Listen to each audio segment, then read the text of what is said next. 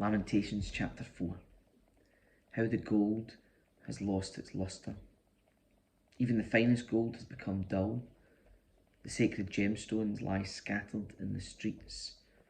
See how the precious children of Jerusalem, worth their weight in fine gold, are now treated like pots of clay made by a common potter.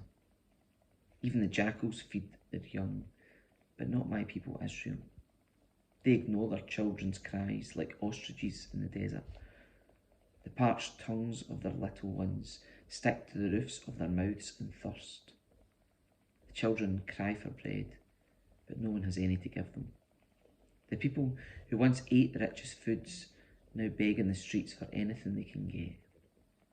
Those who once wore the finest clothes now search the garbage dumps for food. The guilt of my people is greater than that of Sodom, where utter disaster struck in a moment and no hand offered help. Our princes once glowed with health, brighter than snow, whiter than milk. Their faces were as ruddy as rubies, their appearance like fine jewels. But now their faces are blacker than soot. No one recognises them in the streets. Their skin sticks to their bones. It is as dry and hard as wood. Those killed by the sword are better off than those who die of hunger. Starving, they waste away for lack of food from the fields. Tender-hearted women have cooked their own children. They've eaten them to survive the siege. But now the anger of the Lord is satisfied.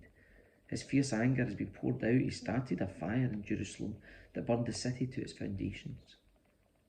Not a king in all the earth, no one in all the world, would have believed that an enemy could march through the gates of Jerusalem. Yet it happened because of the sins of her prophets and the sins of her priests, who defiled the city by shedding innocent blood. They wandered blindly through the streets, so defiled by blood that no one dared touch them. Get away, the people shouted at them. You're defiled, don't touch us. So they fled to distant lands and wandered among foreign nations, but none would let them stay. The Lord himself has scattered them, and he no longer helps them. People show no respect for the priests and no longer honour the leaders.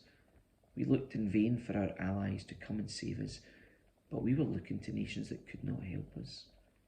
We couldn't go into the streets without danger to our lives. Our end was near. Our days were numbered. We were doomed. Our enemies were swifter than eagles in flight. If we fled to the mountains, they found us. If we hid in the wilderness, they were waiting for us there. Our King, the Lord's anointed, the very life of our nation, was caught in their snares.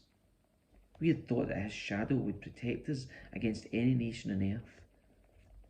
Are you rejoicing in the land of Uz, O people of Edom? But you too must drink from the cup of the Lord's anger. You too will be stripped naked in your drunkenness. O beautiful Jerusalem, your punishment will end. You will soon return from exile, but Edom, your punishment is just beginning. Soon your many sins will be exposed.